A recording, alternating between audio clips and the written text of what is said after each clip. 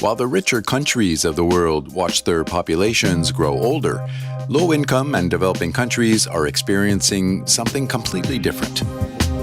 Enhancing productivity is just central to sustaining economic growth and addressing these demographic shifts. But we also know from our research that gender equality and increasing women's participation in the workforce are key components of the productivity story. So investing in things that help women get an education and stay healthy isn't only the right thing to do, it's building critical human capital.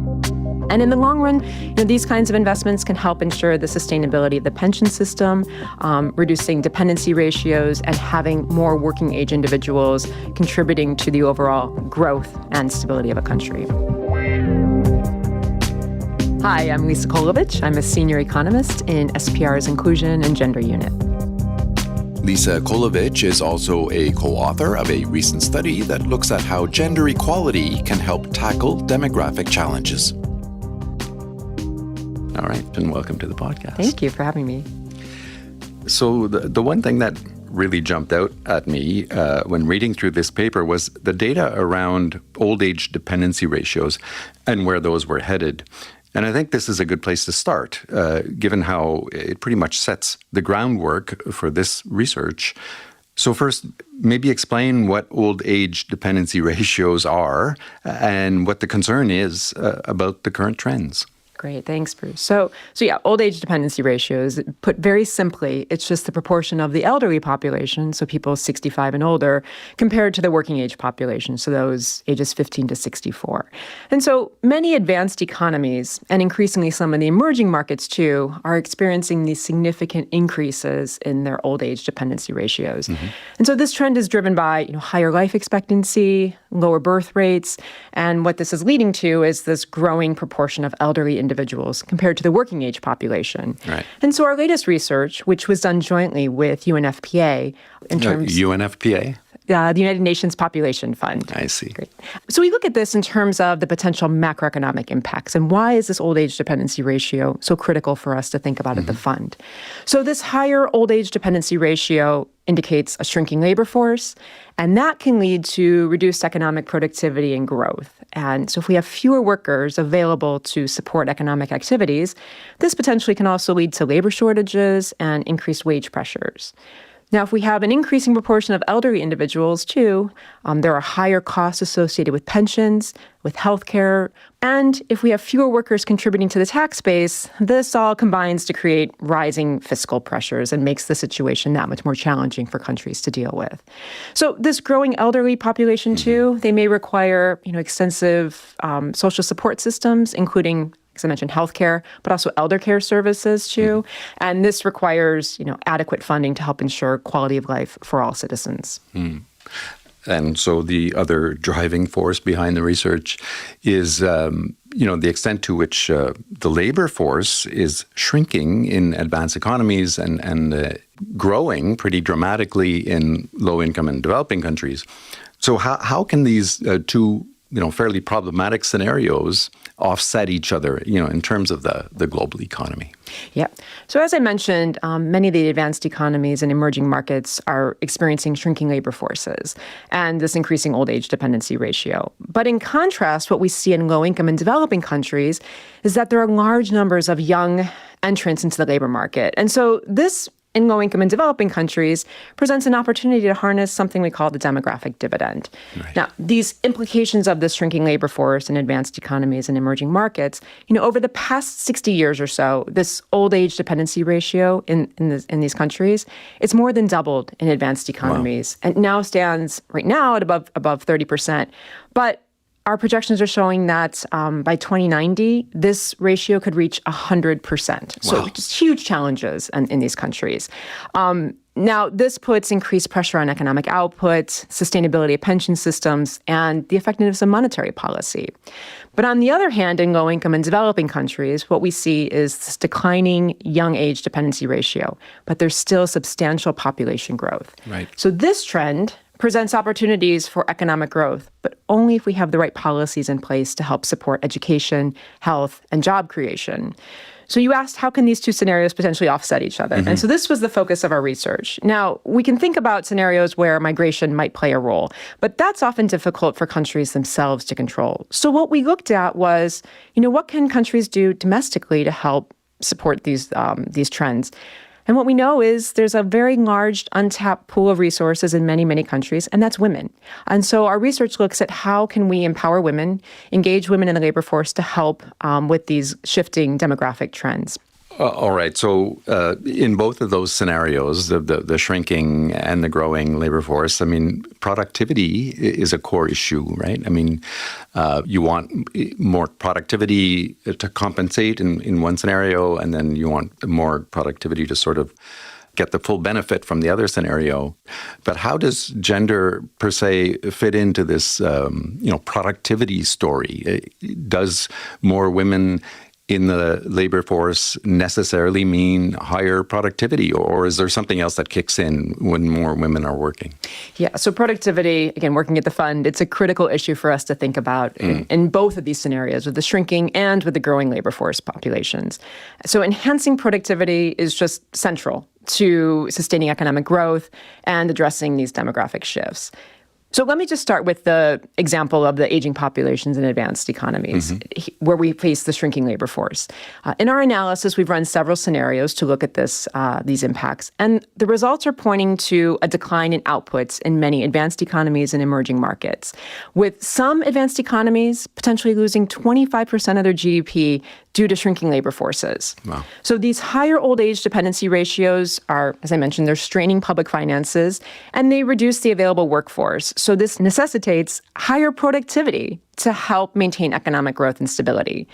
But as I mentioned, many women, there's just this underutilized pool of resources. And if we can increase female labor force participation, this can help offset the decline in the working age population. And our analysis suggests that boosting female labor force participation can partly mitigate the GDP losses in advanced economies. And in emerging markets, it can actually significantly boost GDP. Now, in low-income and developing countries, this rapid population growth and this burgeoning young population are entering the labor market. So to ensure that these entrants have the proper tools that they need to succeed in the labor market, we need to see countries investing in education, in healthcare, and in job creation. And so research by my IMF colleagues looks at the potential macroeconomic impacts of education reforms. Right. What we see in Senegal, if we were to ensure that all children receive at least 5 years of education, this could boost GDP by 8%. In Nigeria, if we were to lift the level of education for girls, we could boost GDP by 5%. And we did some work in Niger as well, too, and we saw that in that country, we could boost GDP by 11%. But let me also note, too, that our work on Niger looks at the overall impact, too, on government finances. And what we see is that in terms of the tax revenues versus the spending that is needed to implement these policies, they actually end up paying for themselves, right? So this is something where we can boost productivity, we can boost economic growth, and we can see higher tax revenues, higher female labor force participation, all of this to eventually support greater economic growth and stability. All right, so driving these demographic trends is fertility rates, which is another focus of this research, and how fertility rates tend to drop when women gain access to higher education. What have you learned in those terms?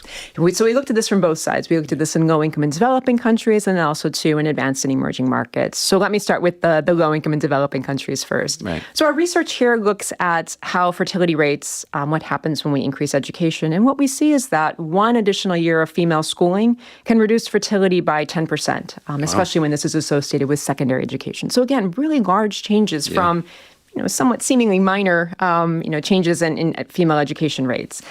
In advanced economies, on the other hand, what we see is the correlations between income and fertility, that education and fertility, this correlation has turned from negative to positive. So we have higher fertility rates now for highly educated women in advanced economies.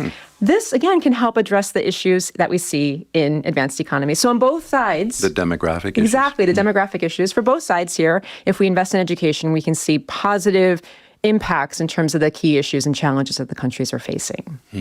And so these demographic trends, I mean, it may be more pronounced this time around, but we have seen there have been other periods where demographic trends have produced huge labor forces. And I'm thinking maybe East Asia in the late 20th century. What can we learn from what happened then? Yeah, for sure. So these are really good case studies for us to think about in terms of how can we take lessons learned and best practices from other countries and apply them to the challenges that we face today. So you mentioned East Asia and India. When we think about those countries, we know that they experienced a period where there was the working age population grew faster than the rest of the population. And they were able to see significant economic benefits. And this is, again, the demographic dividend. So in India, there's research that shows that the demographic transition actually contributed to about 40 to 50% of per capita income growth since 1970. So again, really significant changes here, fueled by a larger workforce supporting fewer dependents. So what are some of the key lessons learned that we can take away from these kinds of examples? One thing I'd stress is that countries can't just rely on demographic shifts to operate in a vacuum and expect great results from there. We know that policies really do play a role. So let me just give a few examples of where we can think about policy interventions to help complement the demographic shifts that the countries are facing. So in low-income and developing countries, ensuring that women and girls have equal opportunities to education, have access to quality health care. This allows them to build human capital and, again, contribute to the overall economic growth and stability, enhancing productivity. We can also think, too, about ways to support fertility choices, reducing income inequality. All of this, again, helps boost GDP growth. Yeah. Policymakers, too, often want to think about how can we address the challenges that women face in terms of unpaid work. So how can we balance the time constraints that they face, but also the resource constraints that families often face? So making decisions regarding education, work, family life. And then there are two other macrocritical policy areas that we think policymakers can look at, and those are child marriage and family planning. And in the paper, we look at how child marriage, this is incredibly high in some countries. In fact, in some countries, the rate of children that are married before the age of 15 is as high as 35%. And research from the IMF shows that there is a significant macroeconomic impact from having high rates of child marriage. We know that girls that are married young, there are severe effects on sexual and reproductive health, their mental well-being, and educational and economic outcomes. In fact, as I mentioned, that research by the IMF, if we were to end child marriage in low-income and developing countries, what we see is that there would be a long-term annual per capita GDP growth impact of 1 percentage point. So this is quite large. Significant. Yes. Yeah. And then if we think about investing in family planning, this can lead to lower fertility rates. It can change the age structure of a population, and it can help create that potential for the demographic dividend. For each dollar spent on meeting the unmet need for contraception, this can yield $120 in long-term economic benefits through lower infant and maternal mortality and increased economic growth. So again, just huge impacts from addressing these needs. All right. So you obviously have put a lot of time and effort. The team has put a lot of time and effort in this research. Where does it go from here? I mean, is the IMF actively working with countries to help them, come up with these gender-efficient policies? Yeah, so across the fund, this is busy times for us in terms of the work that we're doing on gender. In fact, our country teams have looked at gender issues in about a quarter of our membership so far. So more than 50 countries have addressed various gender issues that are macro-critical in each specific country context. Many of the cases have looked at labor force participation, and our country teams are offering policy advice, thinking about what are the drivers of gender gaps in labor force participation, and how can things like legal barriers, access to education, thinking about parental leave, female leadership, how does this play a role in helping boost female labor force participation? We, in our unit, the Inclusion and Gender Unit, the fund, we've been developing toolkits along with other departments across the fund. We have many, many tools, data sources, resources available for our country teams to actually think about how do you identify where macro-critical gender gaps exist, and also, too, how do you quantify the macroeconomic impact of these gender gaps. And then let me also note, too, that in terms of capacity development, our teams are very busy working on supporting our member countries through tailored technical assistance, through capacity development, workshops, trainings, peer learnings. And in fact, in terms of internal capacity development, we've developed a course that helps our economists learn about the macrocritical links between gender and economic growth. And then, too, let me just stress the importance of collaboration, right? This is something where at the fund, we approach this work from the macro angle, but we are not experts on sectoral issues, right? And so this is really where our partnerships with organizations like UNFPA, UN Women, World Bank, ILO, so many others out there that have helped us build this work base, really help us think about how do we better design policies, not just from a macro angle, but from a sectoral and more micro angle. So we can know that education policies can have a role in terms of addressing demographic shifts, but we're not experts in designing education policies. And so we rely on our partners to help us think about how do we better tailor education programs in countries to help support the macroeconomic outcomes that we hope to achieve with our members. Nice. IMF is not expert in all fields. We are not, but again, that's why the importance of collaboration really plays a role here. And so we're very thankful and grateful, I think, to our partners who have helped us build a lot of the more tailored work that we're trying to put forward with our members. All very interesting. Lisa Kolovich is a senior economist in the Strategy, Policy, and Review Department. Thanks so much. Thanks so much, Bruce. Lisa Kolovich is part of the IMF's Inclusion and Gender team. You'll find their latest research on promoting gender equality and tackling demographic challenges at imf.org. And look for more IMF podcasts wherever you listen. You can also follow us on X, what used to be Twitter, at IMF_podcast. I'm Bruce Edwards. Thanks for listening.